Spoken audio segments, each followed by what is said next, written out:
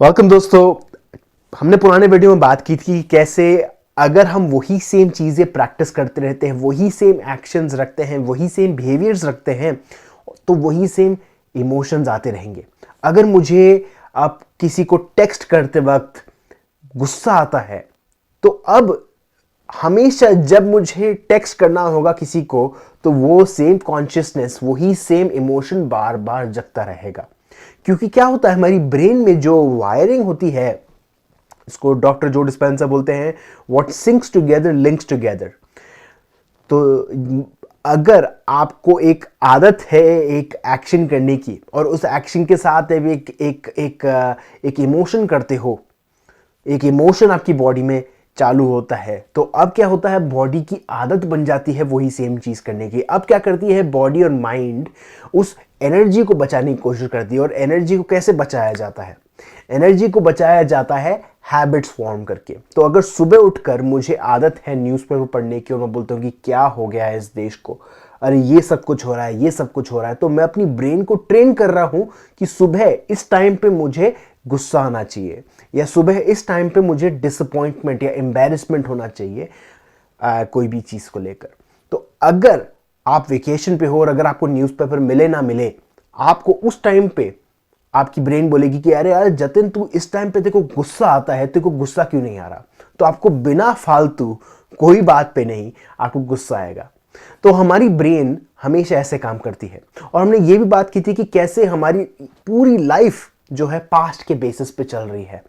पूरी की पूरी जो लाइफ है वो स्ट्रेस के बेस पे चल रही है। मतलब जिस तरीके से हमारी ब्रेन फॉर्म हुई थी हजारों साल पहले, वो ऐसे बेसिस पे फॉर्म हुई थी। हम हमेशा एनालाइज करते हैं कि बाहर कोई शेर तो नहीं है, बाहर कोई जंगली जानवर तो नहीं जो मुझे खा जाएगा।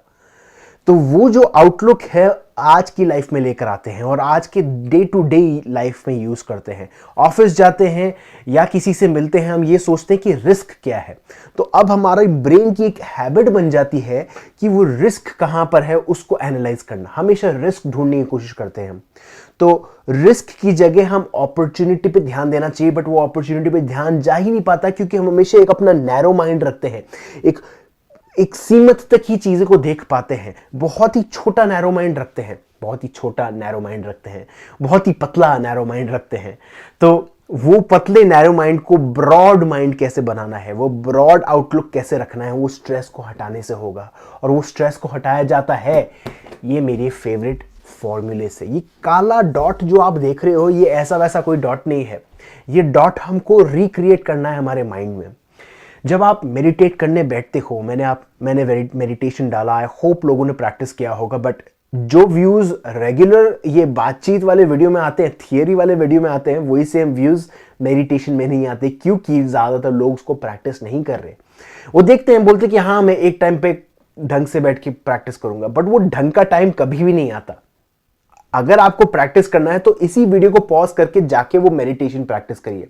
याद रखिए, there is no bad meditation, there is no bad meditation. कोई भी मेडिटेशन करोगे, चाहे उसमें माइंड आपका चंचल ही क्यों ना हो, चाहे आपको लगे कि कुछ हुआ नहीं हुआ हो, बट वो मेडिटेशन से कुछ ना कुछ सुई आगे बढ़ी है। वो आपने अपने आप को आगे प्रोपेल किया है, आपने आपको पुश किया है उस मेडिटेशन के थ्रू। तो आई होप आप वो ब्लैकनेस इसको प्रैक्टिस कर रहे हो। अब क्या होता है इस फॉर्मूला में, थोड़ा पीछे जाते हैं, ये देख सकते हो कि हम नोन पे फोकस करते हैं। अब नोन में क्या होता है, वही सेम पैटर्न्स होते हैं, वही सेम सर्कमस्टेंसेस आते हैं, वही सेम रिजल्ट्स भी आएंगे, क्योंकि हम नोन पे ज्यादा फोकस कर रहे हैं। अगर हम ब्लैकनेस पे फोकस करते हैं तो क्या होता है, हम एक ऐसी जगह पे जाते हैं जहां पर कोई टाइम नहीं है, टाइम नाम की चीज ही नहीं, क्योंकि हम टाइम से क्रिएट नहीं कर सकते दोस्तों। हम टाइम से क्रिएट नहीं कर सकते हैं, बट उसमें बहुत हाथ पैर लगेंगे, वो बहुत ही मेहनत लगेगी। दो तरीके के मॉडल हैं। एक होता है न्यूटोनियन मॉडल, मतलब ग्रेविटी और टाइम और स्पेस, ये जो फैक्टर्स है इसके बेसिस पे करो। आपको मैं अगर बोलता हूं कि इस कार को उठाओ, कार को कैसे उठाओगे, बहुत भारी है, प्लस आपको ग्रेविटी नीचे खींच रही है, तो वो एक न्यूटोनियन मॉडल हो गया। अब अगर आप क्वांटम मॉडल के साथ जाओ, कुछ लोग कर भी सकते हैं शायद, अगर वो अपना माइंड डालें इस पे और विजुअलाइज करें कि हाँ कि वो कार को उठा सकते हैं और बहुत साल मेहनत करें उसमें, तो वो शायद पहुंच सकते हैं एक ऐसे लेवल पे वो कार को उठा सकते हैं। बहुत ही गंदा एग्जाम्पल था। एक एग्जाम्पल ऐसे लेते हैं कि अगर मैं बोलता हूं कि अगर आपको अपनी लाइफ में सक्सेसफुल होना है और आपको वो जॉब का प्रमोशन चाहिए, तो आप मेहनत कर सकते हैं, हर रोज सुबह ऑफिस जा सकते हैं, बहुत मेहनत कर सकते हैं। फिर चांसेस ये हैं कि आपका बॉस आपको नोटिस करेगा और आपको बोलेगा कि अरे यार तू बहुत अच्छा काम कर रहा है, तेरे को मेरे को प्रमोशन देना चाहिए। या फिर आप अपनी आंखें बंद करके इस थॉट पे जा सकते हैं कि मैं ये सोचता हूं कि बाहर की रियलिटी मेरी अंदर की रियलिटी पे डिपेंड करती है। अगर मेरी अंदर की रियलिटी और बाहर की रियलिटी सिंक नहीं होगी तब तक बाहर की चीजें चेंज नहीं होगी। मतलब जब तक मैं अंदर की चीज को चेंज नहीं करता बाहर की चीजें चेंज नहीं होगी। तो इस मॉडल को हम बोलते हैं क्वांटम मॉडल।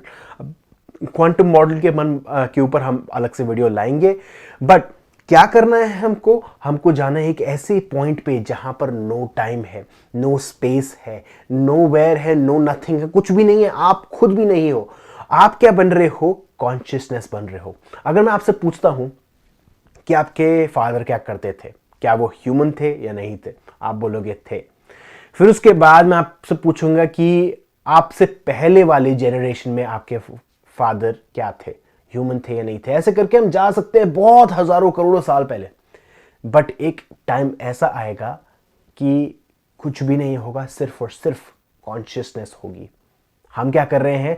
उस कॉन्शियसनेस पे जा रहे हैं। हम एक ऐसे पॉइंट पे जा रहे हैं जहां पर हमारी खुद की बॉडी नहीं है। हम एक ऐसे पॉइंट पे जा रहे हैं जहां पर हमारी खुद की कोई पर्सनैलिटी ही नहीं है। और वहां पर जाकर जो हम एनर्जी इकट्ठा कर रहे हैं हमारे पास्ट से, जो क्योंकि हमने पास्ट पे बहुत ज्यादा खर्च कर रखी है, हमेशा हम पास्ट के बारे में सोचते हैं कि यार कल ये क्या होगा, कल क्या होगा, कल क्या हुआ है, मेरे साथ ये हुआ, मेरे साथ वो हुआ। कॉन्स्टेंटली अगर आप अपनी थॉट्स को एनालाइज करोगे, 90% वही सेम थॉट्स बार बार बार बार रिपीट हो रही है। तो अगर हमको वो पास्ट की एनर्जी को प्रेजेंट में लेकर आना है, हमको ये क्वांटम फॉर्मूला फॉलो करना बहुत ज्यादा जरूरी है दोस्तों। अब वो तरीका बहुत सिंपल है। अगर आप प्रैक्टिस करते हो ढंग से, मैं बता रहा हूं, मैं आपको गारंटी दे रहा हूं कि आपकी लाइफ चेंज हो जाएगी। क्योंकि बहुत सारे लोग ऐसे हैं जिन्होंने अपना कैंसर क्योर किया है, जिन्होंने जो चल नहीं पाते थे उन्होंने वो चल पा रहे हैं, जिनको एमएस था, जिनको अल्जाइमर्स था, बहुत सारे ऐसे लोग जो बीमार थे, इन्होंने ये फॉर्मूला फॉलो करके अपने आप को हील किया है। तो अगर वो अपनी बॉडी को हील कर सकते हैं तो बाहर का एनवायरनमेंट तो कुछ ही नहीं है यार। अगर वो बीमारी को निकाल सकते हैं अपनी लाइफ में तो एक प्रमोशन, हजार लाखों रुपए कोई बड़ी बात नहीं है।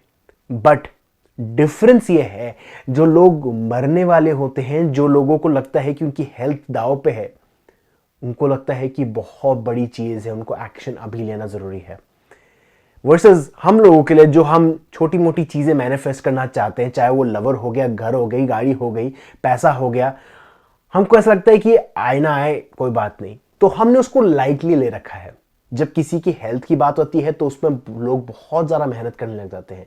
इसलिए डॉक्टर जो डिस्पेंजा का जो फॉर्मूला है उसमें काफ़ी सारे लोग हेल्थ में हैं और उन्होंने अपनी हेल्थ को चेंज किया है। बट ये सेम फॉर्मूला हर एक चीज़ पे काम करता है। अगर कोई मुझसे पूछता है अभी यूट्यूब पे, सर एक लवर को पाने के लिए क्या करना चाहिए, या सर मुझे पैसे पाने के लिए क्या करना चाहिए, अरे भैया फॉर्मूला चेंज नहीं होने वाला आपका। आपकी स्टेट ऑफ बीइंग, आपकी स्टेट ऑफ एग्जिस्टेंस क्रिएट करती है। जैसे आप हो वैसे आपकी बाहर की होगी, एज विद इन सो अबव। सो अगर आप रियली चेंज करना चाहते हो तो ये फॉर्मूला फॉलो करना बहुत जरूरी है। और हमने एक और चीज के बारे में बात की थी, बहुत जरूरी, ये पिक्चर देख के मुझे याद आ रहा है। अब आप देख सकते हो कि ये जो पर्सन खड़ा है, इसकी जो एनर्जी है वो बहुत डीप है, बहुत दूर तक जा रही है। अब वो एनर्जी क्या है? हार्ट एनर्जी है। हम हार्ट वाले जो वीडियो में है उसमें ढंग से डिस्कस करेंगे। बट ये जो हार्ट एनर्जी इसकी दूर दूर तक जा रही है, जबकि ये जो पर्सन है जो स्ट्रेस में है, जो पास्ट में जी रहा है, इसकी एनर्जी बहुत वीक है। अब वो वीक एनर्जी से वो लोगों को इंपैक्ट नहीं कर पाएगा।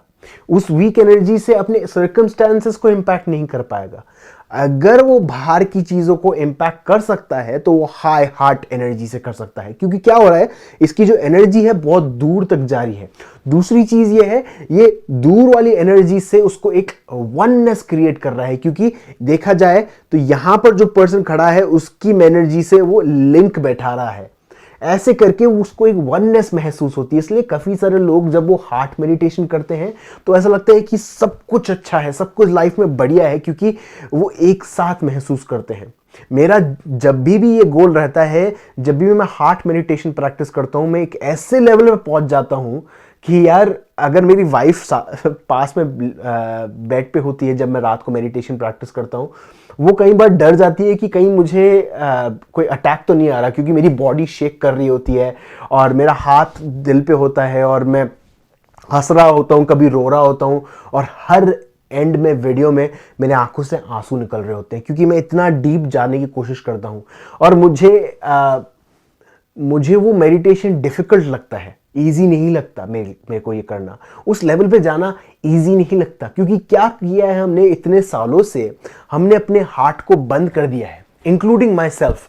हमने अपने हार्ट को बंद कर दिया है। कोई चीज बोल दे हमको ठेस पहुंच जाती है, हम अपना हार्ट बंद कर देते हैं। कोई बोलता है कि यार ये नहीं करना चाहिए, वो नहीं करना चाहिए, हमारा ईगो हर्ट हो जाता है, हम अपने हार्ट को बंद कर देते हैं। हमको हमारे हार्ट को खोलना है, उसको फूल की तरह खोलना है, और जितना आप उसको अपनी एनर्जी दोगे, जितना आप उसको लव दोगे, उतना वो कमल की तरह खुलेगा। तो अगर आप उसको इम्पैक्ट डालना चाहते हो तो आपको ऑल इन जाना पड़ेगा। You have to go all in, you have to surrender to the feeling of your heart. आपका हार्ट चाहता है वहां पर जाना, आपका हार्ट चाहता है उसको खोलना, बट कई बार हमारी हेजिटेंस आती है। वो हेजिटेंस कई बार ऐसे आती है कि यार नहीं यार, ये मेडिटेशन बहुत डीप है, या बहुत डिफिकल्ट है, या ये म्यूजिक बहुत अनोइंग है, इस पर्सन की आवाज बहुत अनोइंग है। अब उस पॉइंट से मैं अग्री कर सकता हूं, बट उस पे आपको ध्यान नहीं देना है। अगर आपको ध्यान देना है तो एक ही चीज पे देना है, अपने हार्ट पे। आपका हार्ट कैसे आपको एनर्जी दे रहा है, अपने हार्ट को लेकर आपको ग्रेटफुल होना है। तो जब कभी हम उस ब्लैकनेस पे फोकस करते हैं, ऐसे पॉइंट पे जाते हैं जहां पर हम अपने पास से डिस्कनेक्टेड हैं, हम अपनी बॉडी से डिस्कनेक्टेड हैं, हम अपनी स्पेस से डिस्कनेक्टेड हैं, और फिर उसके बाद हम अपने हार्ट को जगाते हैं, भैया इन दोनों का जो कॉम्बिनेशन है ना, वो कमाल करता है। एक तरीके से हमारा हार्ट एक इलेक्ट्रिक वेव भेजता है, मैग्नेटिक वेव भेजता है, और हमारा जो ब्रेन है, हमारा जो माइंड है, वो इलेक्ट्रिक वेव भेजता है। तो इलेक्ट्रिक और मैग्नेटिक, इलेक्ट्रोमैग्नेटिक वेव क्रिएट करता है हमारे आसपास। उसके बारे में हम आगे चल के और जरूर बात करेंगे, बट आज के वीडियो में मैं सिर्फ और सिर्फ इसकी इंपॉर्टेंस बताना चाहता हूं, क्योंकि कितना जरूरी है। ये बेसिक है दोस्तों। जब तक आप इस बेसिक पे फोकस करते रहोगे, इसको करते रहोगे प्रैक्टिस, और कोई एक्स्ट्रा चीज की जरूरत नहीं है। आगे चल के हम इसको और डिटेल में समझाएंगे, आगे चल के इसको हम और समराइज करेंगे कि कैसे हम इसको अपनी डेली लाइफ का एक हैबिट बना सकते हैं। तो आपका असाइनमेंट ये है, प्रैक्टिकल असाइनमेंट ये है कि रोज रात को बैठ के या रोज सुबह उठ के आपको ये प्रैक्टिस करना है, ये मेडिटेशन थोड़ा डिफिकल्ट हो सकता है, थोड़ा लंबा हो सकता है आपके ट्रेडिशनल मेडिटेशन से, बट आपको ये रिजल्ट जरूर देगा। सो दोस्तों, कोई क्वेश्चंस हैं कमेंट बॉक्स में पोस्ट करिए, अपने दोस्तों के साथ शेयर करिए। अगर आप मेरे YouTube पे सब्सक्राइब नहीं हो तो सब्सक्राइब करिए, दोस्तों के साथ शेयर कीजिए, फैमिली के साथ शेयर करिए। और आगे चल के ऐसी कौन सी सीरीज चाहते हैं मैं जिस पे बनाऊं, तो वो कमेंट बॉक्स में करिए। बट एट द एंड आपको ये याद रखना है कि द बक स्टॉप्स हियर। मतलब जो चीजें समराइज होती हैं इस 10 डे में मैं डिस्कस कर चुका हूं। आगे चल के हम इसको और डीपर जा सकते हैं, बट जो चीजें हमको प्रैक्टिस करनी है वो चीजें हैं। कई बार क्या करते हैं, including my self, I do this all the time, कि जब कभी मुझे कोई चीज प्रैक्टिस नहीं करनी होती है तो मैं बोलता हूं कि नहीं, मुझे इसके बारे में और जानना चाहिए। अगर जैसे फॉर एग्जांपल मैं अपनी जॉब पे एक अच्छा मैनेजर बनना चाहता हूं, तो मैं जानता हूं, थियोरेटिकली जानता हूं, मैं अपने इंपल्स के बेसिस पे जानता हूं कि एक अच्छा मैनेजर कैसे बना जाता है। लोगों से प्यार से बात करी जाती है, लोगों को ये करा जाता है, लोगों को प्रमोट किया जाता है, उनको सपोर्ट किया जाता है।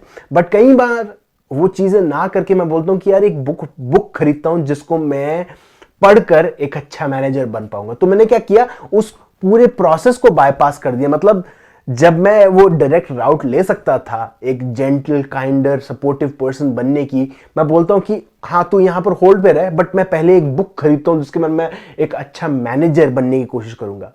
पर जब तक वो 3 या 4 चीजें आप बॉयल डाउन नहीं करोगे तो बुक लेने का कोई मतलब नहीं है।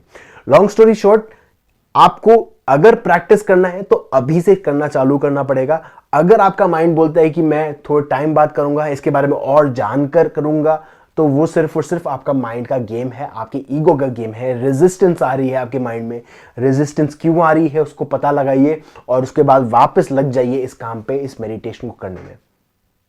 Thank you.